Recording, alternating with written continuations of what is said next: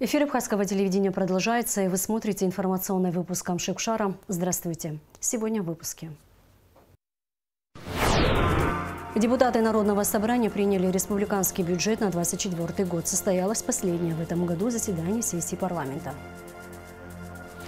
Утверждение целевых программ и другие постановления на заседании правительства было рассмотрено более 35 вопросов повестки. Абхазия вошла в топ-10 направлений отдыха у россиян в новом году.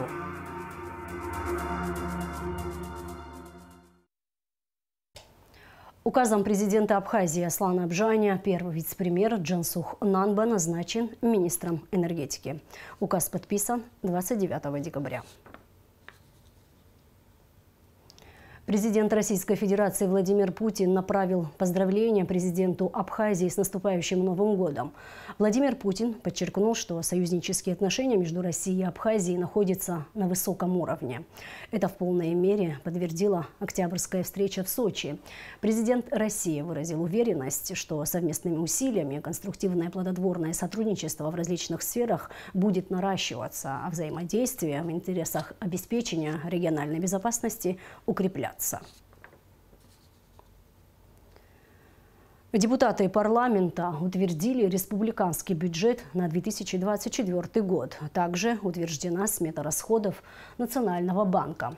Эти вопросы были основными на очередном сессии парламента. Подробности в репортаже Рады Чичава. Открывая заседание, спикер парламента Лаша Ашуба отметил, что в следующем году планируется полное утверждение бюджета до 10 декабря.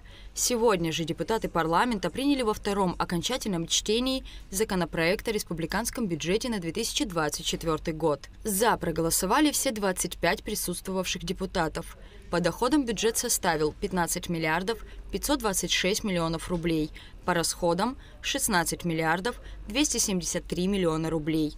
Дефицит государственного бюджета – 746 миллионов рублей.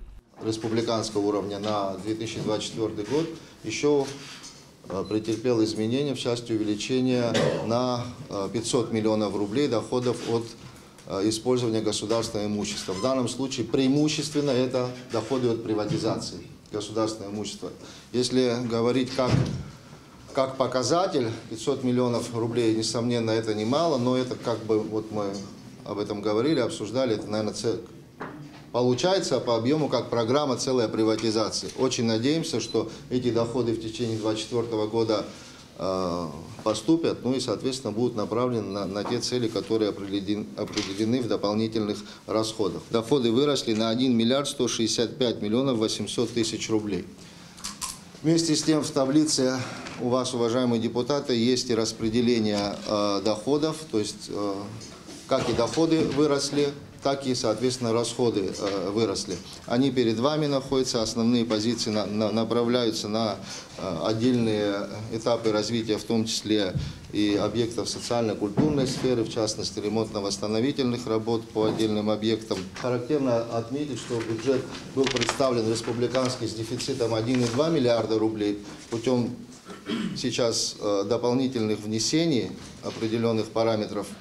Республиканский бюджет, а вернее его дефицит, сокращается на 500 миллионов рублей. Это тоже достаточно хорошая позиция. Финансовая помощь России в 2024 году составит в целях социально-экономического развития 3 миллиарда 900 миллионов рублей. В целях осуществления бюджетных инвестиций в рамках реализации инвестиционной программы на 2023-2025 годы 1 миллиард 93 миллиона рублей. На финансирование мероприятий государственной поддержки отраслей экономики по программе социально-экономического развития 162 миллиона рублей. Также парламент утвердил смету расходов Национального банка Абхазии на 2024 год в размере 459 миллионов 570 тысяч рублей. Процентные расходы Национального банка на 2024 год предусматриваются в сумме 12 миллионов рублей, что на 2 миллиона рублей больше, чем в этом году, в связи с ростом привлеченных средств.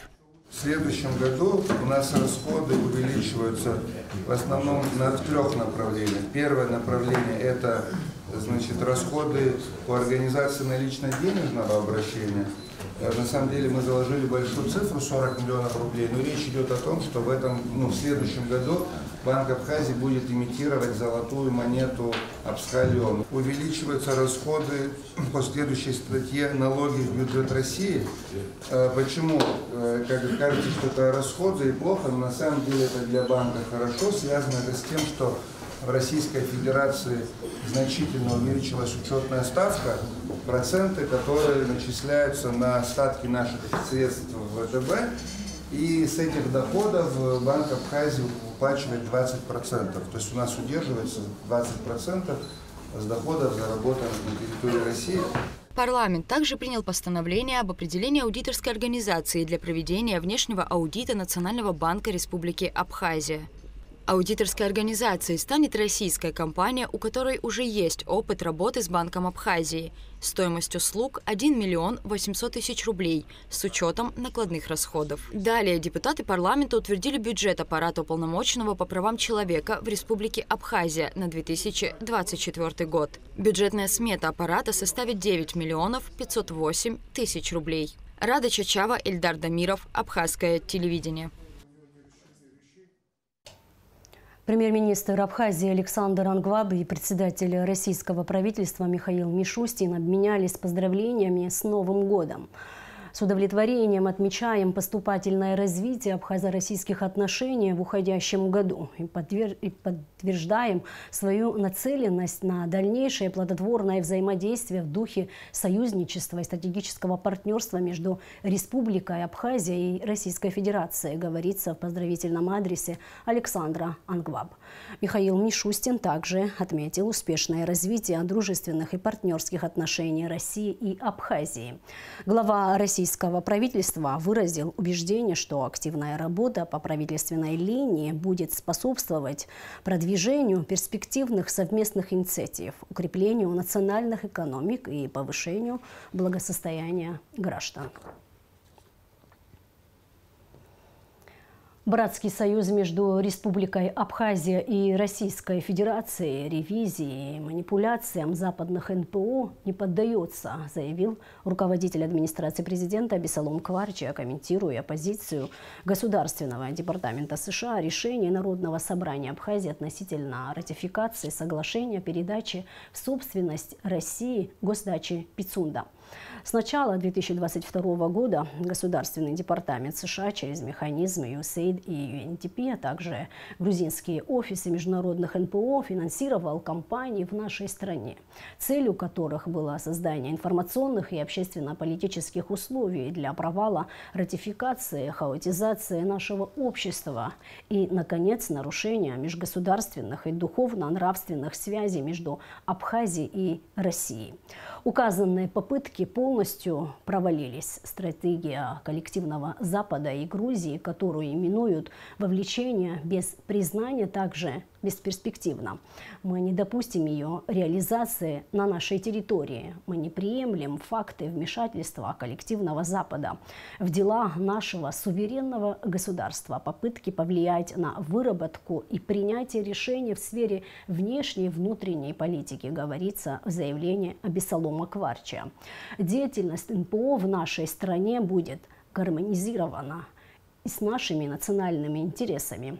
Они заключаются в безальтернативности союза с Российской Федерацией, а любые попытки манипуляции и создания условий для цветной революции будут пресекаться в соответствии с действующим законодательством суверенной Абхазии, подчеркивается в документе.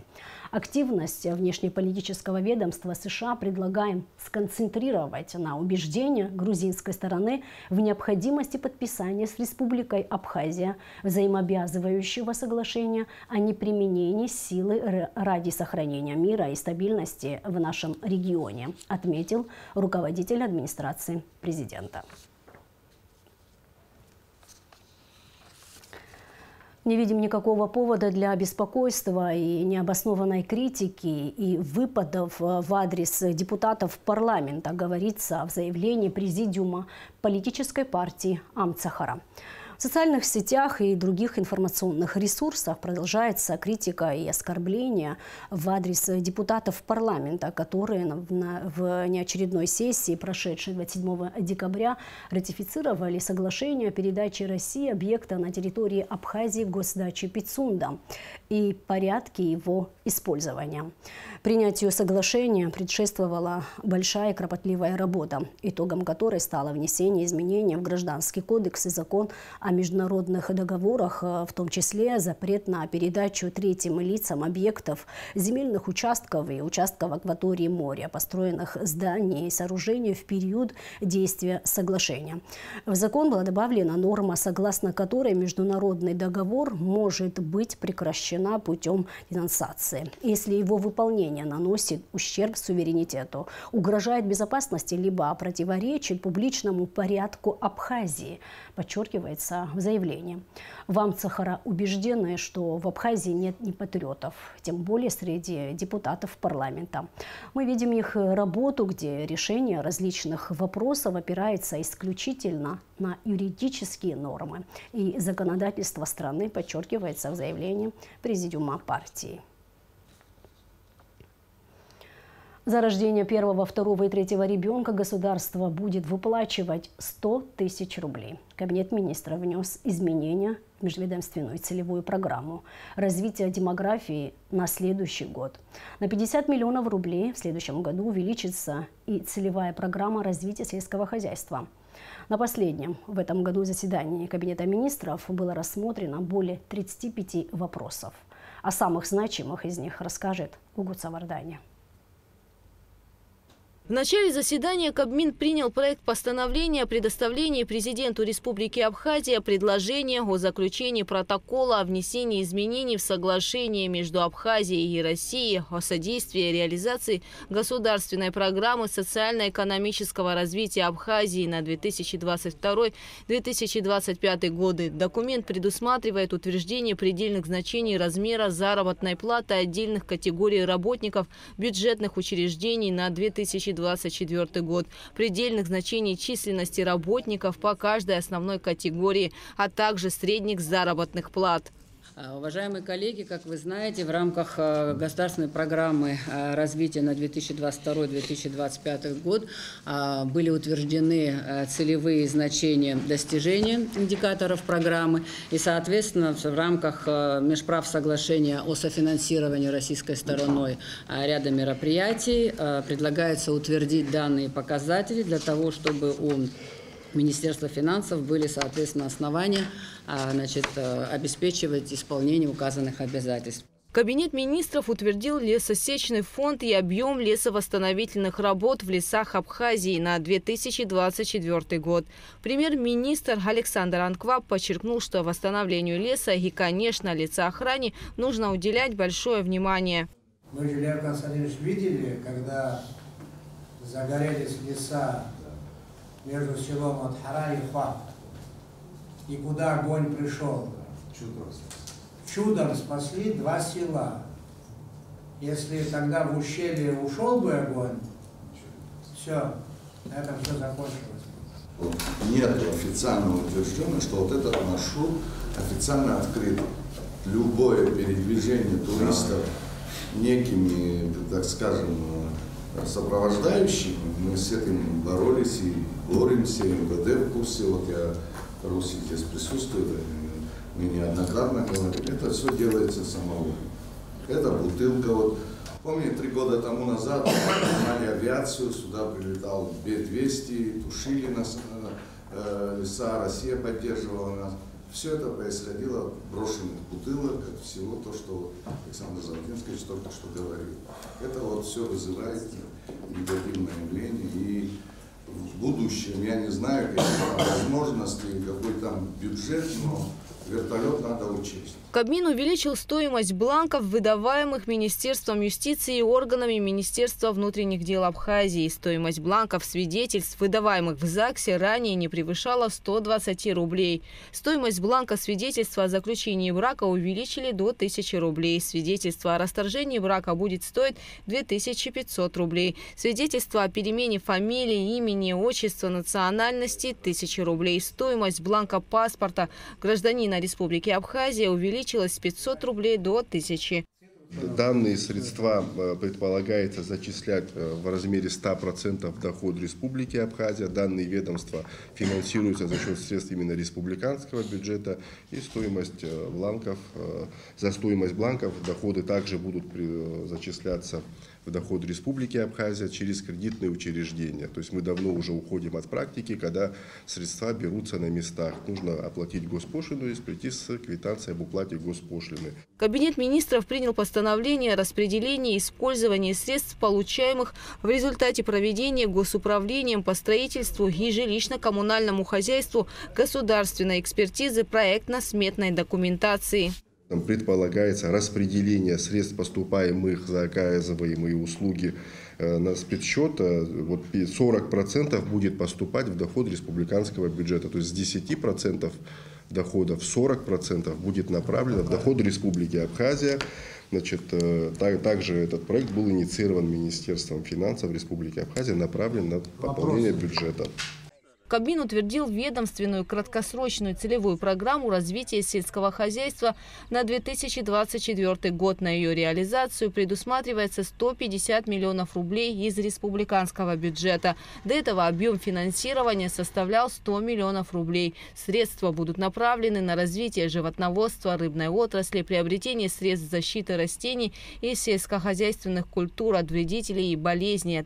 И немаловажным является создание и развитие производственно-технической базы по производству и переработке сельскохозяйственной продукции. То есть предприятия сельскохозяйственной техники – это вот то, что мы практиковали впервые в этом году. Это выделение мини-техники, это в виде мотоблоков и мини-тракторов недорогих для приусадебных участков, для подсобных хозяйств, то есть семейных таких проектов. В 2024 году за рождение первого, второго и третьего ребенка абхазской национальности будут выплачивать 100 тысяч рублей. За четвертого и последующего ребенка 200 тысяч рублей. Кабмин также установил квоты на 2024 год, в пределах которых осуществляется хранение и ввоз наркотических и психотропных средств. Государственные квоты на ввоз, вывоз и хранение наркотических средств и психотропных средств устанавливаются правительством ежегодно. В настоящем проекте по сравнению с аналогичным периодом 2023 года наблюдается увеличение квот по двум позициям. Первое – это прегабалин, 30 тысяч в проекте на 2024 год. В 2023 году квота составляла 25 тысяч, что связано с увеличением потребностей. Это первое. Второе – это фентанил, 75,0 в проекте на 2024 год. Квота составляла в 2023 50. Члены правительства одобрили проведение переговоров и подписание соглашения о сотрудничестве между Министерствами культуры Абхазии и Сирийской Арабской Республики. Цель соглашения – развитие и углубление двустороннего сотрудничества во всех областях культуры и искусства в соответствии с действующим национальным законодательством обеих стран и действующими между ними международными договорами. Кабмин установил предельную численность работников аппаратов 27 министерств, управлений, инспекций, а также государственных комитетов. В ходе заседания министр сельского хозяйства Беслан Джопо рассказал, что экологи дали разрешение на вылов еще 25 тысяч тонн хамсы. Он отметил, что хамсовая путина проходит хорошо. В бюджет в качестве платы за биоресурсы уже поступило 17 миллионов рублей. До 90% квоты на вылов хамсы, утвержденной Кабинетом министров, уже выловлено. В ходе встречи Кристина Гузган рассказала и о ситуации на топливном рынке. Как известно, объемы потребления нефтепродуктов Республикой Абхазия в рамках установленной квоты в объеме 100 тысяч тонн ежегодно нами утверждается, и все поставщики, участники топливного рынка Республики Абхазия, соответственно, данной квоты ввозили топливо в Республику Абхазия без уплаты таможенной пошлины. Данное решение, о котором я сказала выше, постановление правительства Российской Федерации, определяют, что любой поставщик Республики Абхазия может и имеет право приобрести нефтепродукты в рамках установленной ежегодно квоты непосредственно у компании ПАО НК «Роснефть». Объемы нефтепродуктов, которые могут приобретаться не у компании ПАО НК «Роснефть», соответственно, будут облагаться таможенной пошлиной в действующей ставке $7 США. И данное обстоятельство, конечно, спровоцировало определенный ажиотаж на топливном рынке, он был обоснован, потому что, учитывая, что мы не были заранее уведомлены о том, что будет введено такое ограничение, значит, ряд поставщиков, соответственно, приобрели и оплатили топливо не у компании «Роснефть», и порядка 4000 тонн нефтепродуктов на данный момент не может быть ввезено в Республику Абхазию. То есть практически оплаченные нефтепродукты, которые уже частично находятся на границе непосредственно в Российской Федерации, и, соответственно, те, которые еще не задекларированы, но уже могут быть ввезены в январе, пока еще не имеют возможность пересечь границу. Для того, чтобы урегулировать данный вопрос, есть соответствующее обращение абхазской стороны в адрес Министерства экономического развития Российской Федерации, Министерства энергетики Российской Федерации. Также данный вопрос прорабатывается в данное время с Федеральной таможенной службой. Также обсудили ситуацию в энергосистеме страны. Объем потребления электроэнергии снизился на 312 миллионов киловатт-часов по сравнению с 2022 годом, отметила министр экономики. Этому способствовала установка приборов учета. Говорили и о задолженностях граждан за потребляемую электроэнергию, которая по итогам 11 месяцев составляет 1 миллиард 302 миллиона рублей. И перетоки, сумма которого составила 835 миллионов рублей. 735 миллионов общая сумма, за минусом 75 миллионов вся сумма выплачена фактически из бюджетных средств. По итогам 11 месяцев население Абхазии, пользователи не заплатили 1 миллиард 302 миллиона рублей за потребленную электроэнергию. За потребленную электроэнергию. 1 миллиард 300 с хвостиком миллионов рублей. Всего на повестке очередного заседания Кабмина рассмотрели более 37 вопросов, касающихся важных тем жизнедеятельности страны. Гугут Савардания, Заур Кварчия, Абхазское телевидение. В Министерстве обороны подвели итоги подготовки вооруженных сил за 23-й учебный год. В мероприятии приняли участие министр Владимир Ануа, его заместители, начальники отделов и служб оборонного ведомства, командиры воинских частей и подразделений. Основными задачами уходящего года ставились не допустить ослабления боевой мобилизационной готовности органов военного управления и воинских частей, подразделений, военных комиссариатов, качественно выполнить комплекс задач по подготовке и проведению парада, посвященного 30-летию победы в Отечественной войне народа Абхазии. За текущий год были спланированы и проведены командно-штабные мобилизационные тренировки с управлением Министерства обороны, Генерального штаба, подразделением и воинских частей, военными комиссариатами. В ходе проведения всех учений отрабатывались также вопросы территориальной обороны. В целом вооруженные силы выполнили поставленные задачи за текущий год. Армия – это часть народа, который с оружием в руках обеспечивает обороноспособность государства. Уходящий год, несмотря на трудности, подарил нам немало достижений, обогатил новым опытом. Последовательно решаются задачи, стоящие перед нашими вооруженными силами. Наступающий год ставит перед нами множество задач, главные из которых – укрепление обороноспособности нашего государства. Товарищи военнослужащие и служащие Министерства обороны искренне признательны вам за то, что с честью и достоинством несете службу Сохраняйте и примножайте обороноспособность государства. Пусть наступающий год принесет вам успех в профессиональной деятельности, откроет перед вами новые возможности, станет залогом стабильности и процветания. Действующую майнинг-ферму с 56 аппаратами обнаружили абхазские таможенники совместно с милиционерами в частном доме в селе Акваске. Оборудование для добычи криптовалюты изъято и передано в Ачимчирское ОВД.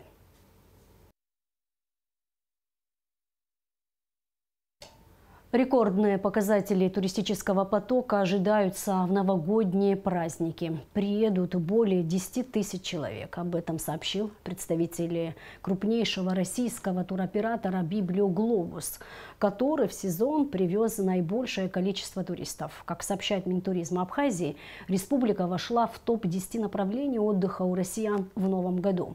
Подробности у Асиды Малия.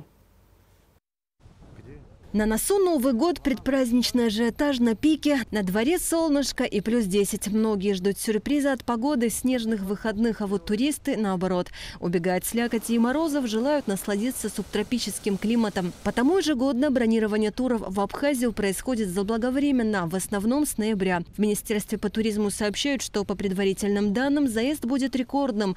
Российские туроператоры реализовали максимальное количество путевок. Средняя стоимость проживания в праздничные выходные гостям обойдется порядка 6 тысяч рублей. Библиоглобус – крупный российский туроператор, который открыл продажи пакетных туров с 2015 года с прилетом в сочинский аэропорт и трансфером до курорта в Абхазии. Как рассказала заместитель генерального директора компании Ирина Костенко, в новогодние праздники к нам направится более 10 тысяч человек.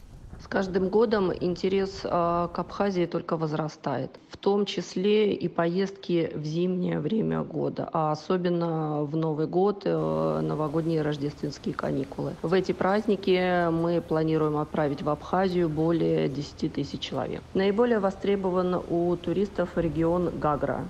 Промежуточные итоги, которые мы проводили в октябре нынешнего года, показали следующие цифры, что на тот период воспользовалось более 100 тысяч туристов нашими предложениями для отдыха в Абхазии. Гостиницы и отели в Абхазии уже готовы к приему гостей. В гостинице «Города» полная готовность. Здесь ожидают 100% загрузку. В отеле на новогодний период 100% загрузка. Брони шли очень активно. По сравнению с прошлым годом могу сказать, что в этом году брони начали поступать гораздо раньше. Ажиотаж был намного больше.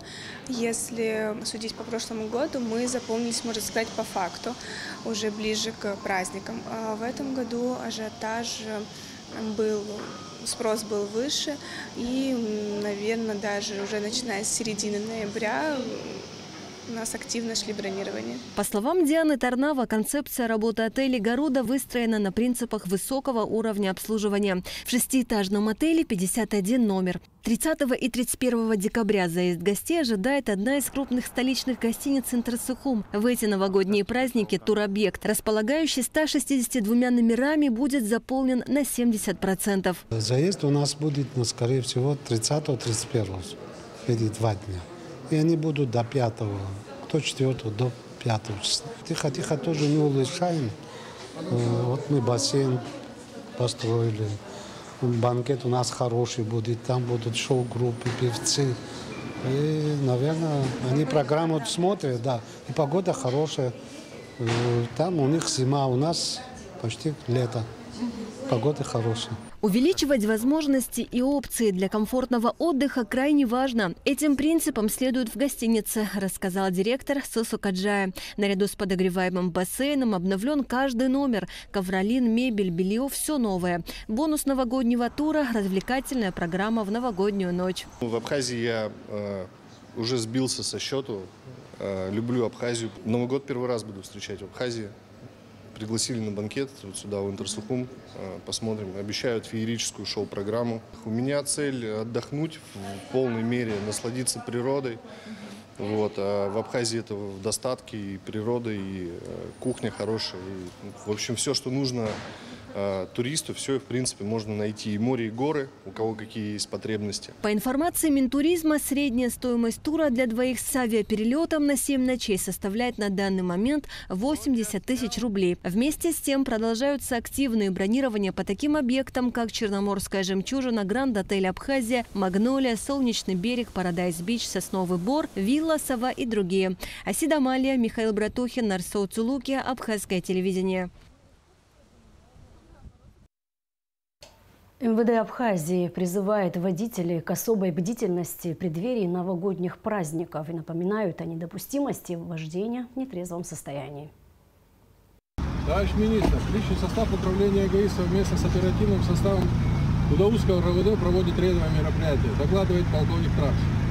Есть. Вольно!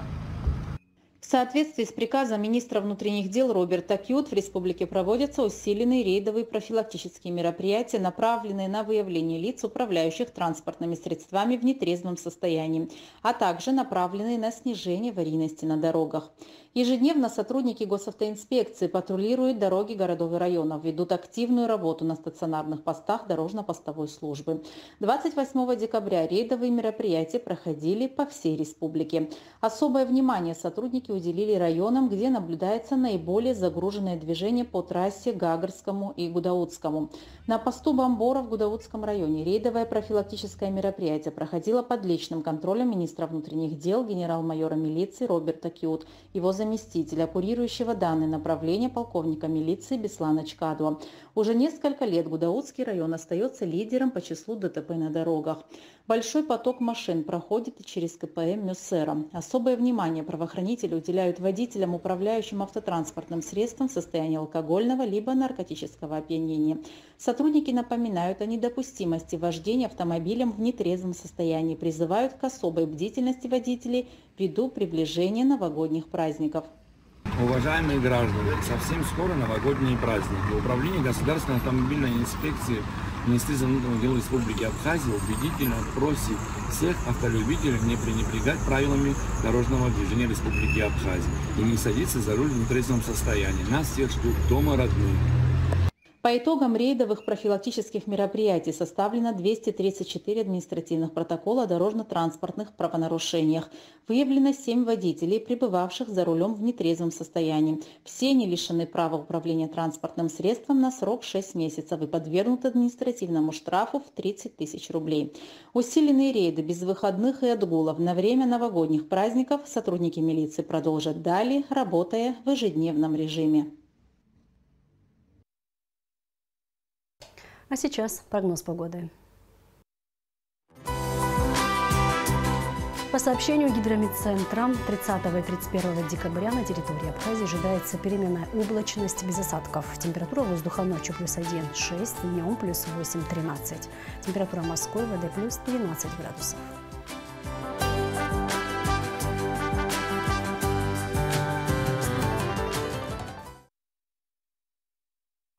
На этом наш выпуск завершен. Всего вам доброго. До встречи в эфире.